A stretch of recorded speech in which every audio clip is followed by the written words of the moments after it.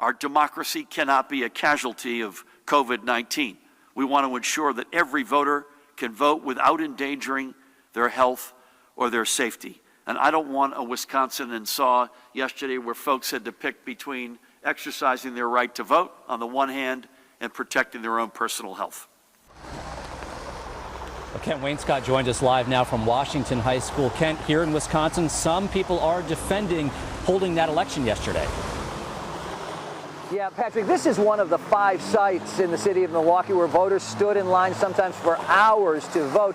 And today, a lot of people are still questioning why that had to happen now. One lawmaker who fought to keep the polls open during this public health crisis defended that decision and turned the tables on the city. And this afternoon, Milwaukee leaders are firing back at his criticism. We're risking our life to come out, but it's only a one-time thing. Long lines of Milwaukee voters risking their health, determined to cast their ballot. I sat at home today and decided I had to be here to vote because I don't want this happening again. Fix it so we can have our voices heard. In the confusion of the day, Nicole Beckham waited more than 2 hours in line at Marshall High School near her home, only to be turned away. I'm sorry, ma'am, you can't vote here. You're at the wrong area, wrong school. The polls closed before Beckham could get to the right location to vote. And I just felt like my vote didn't count, and it was so unfair. On Election Day, we caught up with Assembly Speaker Robin Vos, decked out in protective gear, serving as a poll official. Vos led the fight to keep the polls open yesterday. Why did you insist on having in-person voting during a pandemic? So 4 weeks ago, when we sat down with Governor Evers and talked about the possibility, do we have the election, how do we make it work?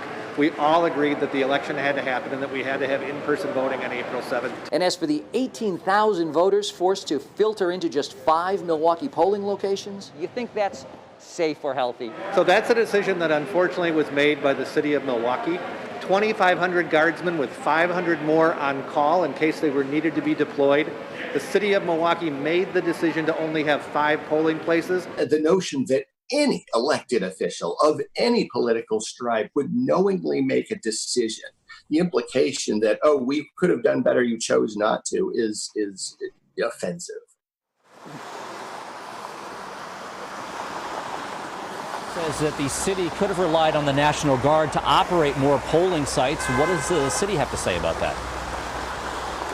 Well, the city's the head of the election commission here in Milwaukee says that they did rely on the Guard, and he praised the election workers who did show up, but he said he made the call to have just 5 polling sites because he says at the time he was losing election workers by the hour, large numbers of election workers. He said even right up to the last minute, election workers who had committed to work on Election Day didn't show up yesterday because of fears of coronavirus here.